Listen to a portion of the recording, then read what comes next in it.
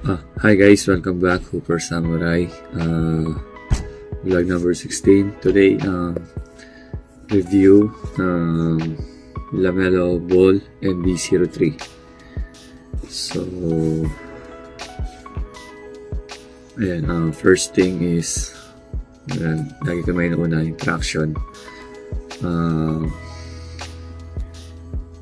ganda ng traction ng sapatos na to. So, may rate ko mga 9 out of 10. Yan. Tapos kakaiba yung pattern ng traction niya. Yan. Parang multi-directional yung pattern ng traction niya. Kaya maganda yung response niya sa court. Hindi siya super squeaky na katulad ng ibang Nike or Jordan shoes na pero still maganda pa rin yung response niya sa mga hardwood. Well, sa hardwood lang naman kasi ako lagi naglalaro, and ayoko rin ipanlaro yung mga sapatos ko sa outdoor kasi madali makaupod ng ng traction. So ayun yung design niya. Tawag dito toxic green tsaka pink, tapos rare yan yung karugtong yung rear pagka pinagdikit mo. So ayun, and midsole, hanggang sa midsole niya yan, ganyan. Parang kasi yung colorway na to toxic yung name, so yung parang nag-splat na toxic yung design niya. And then ito nga pala, yung part na to yung midsole, goma siya. So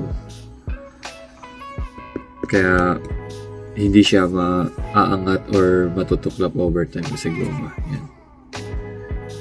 Second, yung cushion ng sapatos na to. Nung first time ko siyang ginamit, medyo matigas pa. And twice ko na to nagamit. Una sa pickup game, then second sa charity game na liga. So nung unang beses ko siya nagamit, medyo matigas pa nga yung cushion, pero nung eventually parang medyo okay na, medyo lumalambot na. So hindi ko siya ma-advise sa mga mabibigat, sa mga big man na na siguro mga, let's say mga 80 to 90 kilos and up na timbang ng tao, kasi nga matigas sa una. Well, siguro lalambot siya eventually, hindi ko lang din alam kasi twice ko pala ito nagagamit, and hindi ko sure kung ganun nga yung mangyayari. Tapos kaya ayun, siguro maybe I can give the cushion overall ng 8 out of 10. So yun. Pangatlo, paddings. Yung paddings niya, napakaraming paddings ng shoes na to. Sa tang, ang kapal ng paddings niya. Dito sa taas ng ankle, ang dami rin. Hanggang sa pinakababa ng ankle, may mga padding siya. And then dito sa likod, meron pa rin extra paddings na hindi ko alam kung para saan to, anong dahilan bakit pati dito sa likuran meron. So pero kung komportable naman siya pag sinuot. Nung una, kasi to 26.5, so half size na maliit para sa akin kasi 27 ako. Nung una ko siyang ginamit, namamanhid yung pa ako kasi nga nasisikipan ako. Tapos napakarami nga yung padding sa loob. And umiinit din yung pa ako kasi wala masyadong hangin na pumapasok, kasi yung dito sa harapan, yung sa toe, leather. Then yung sa bandang gitna na upper, hindi ko alam kung anong material. Tapos itong kulay pink na part, ayun yung para sa ventilation niya, pero parang sealed pa rin kasi yung loob. So umiinit yung paa ko dito nung first time kong gamitin. But second time na ginamit ko siya, kasi malamig sa court ng second time. Yung first time ko pala ginamit to, may heater yung court. So mainit yung temperature sa loob ng court, kaya umiinit yung pakiramdam ng paa ko. Then second time, malamig yung pinaglaruan ko. Then hindi ko naman nararamdaman yung init sa paa ko. Then yung comfort ko, mas naging komportable ako second time na ginamit ko, kasi hindi ko nararamdaman na masikip. Hindi ko alam kung bakit kung siguro lumambot yung mga materials niya second time na around the shoes, or hindi ko alam kung ano explanation, pero the second time na ginamit ko siya, mas naging komportable ako kahit na half size na masikip sa akin. Pero hindi ko ramdam na masikip siya sa akin nung time na yun. Kaya ayun, hindi ko alam yung explanation kung paano nangyari yun, pero overall comfort niya, siguro kung true to size pa sa paa niyo, maganda yung comfort ng sapatos na to, kasi nga maraming paddings sa tank halos hanggang sa dulo meron eh. So yun. And lace, maganda yung lace niya. So make sure lang na i-lace niyo siya ng maayos para hindi natatanggal. Isang beses natanggal siya sa akin nung naglalaro ko, kasi baka hindi lang maayos yung pagkakalis ko, pero okay yung lace niya kasi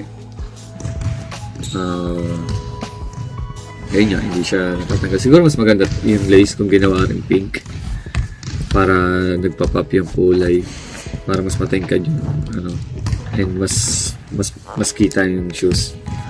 Pero tsaka mas maiksi sana. Mas okay sana kung mas maiksi yung lace. Pero overall, okay yung lace niya.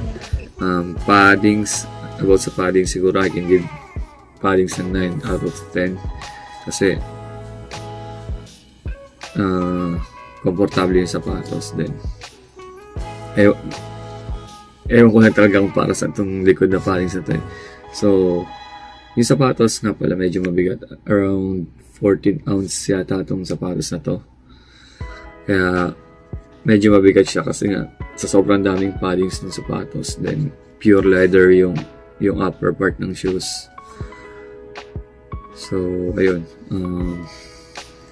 Design, overall design. I like the colorway. Kasi ang ganda, matingkad yung sapatos, kitang-kita. Pansinin yun. So, tulad ng sabi ko sa mga ibang shoes ko, mas gusto ko yung pansinin na sapatos kasi lang dito may tatlong ng claw, kasi pang MB03 nga pangatlo sa shoe line ni LaMelo Ball. So yun.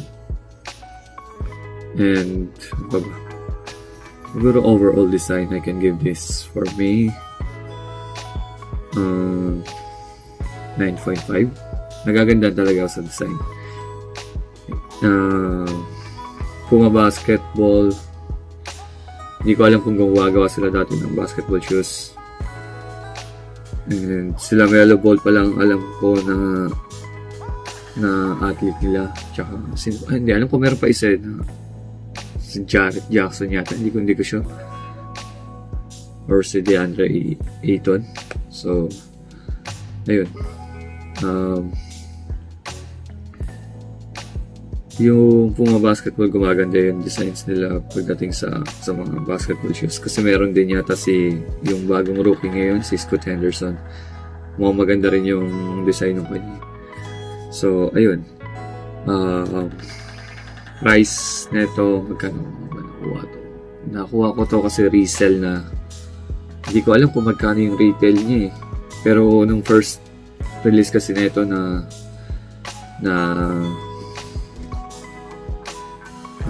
tawag dito, sold out agad. So check nyo na lang sa internet kung magkano yung retail price niya. Pero nakuha ko to ng about 22,000 yen yata.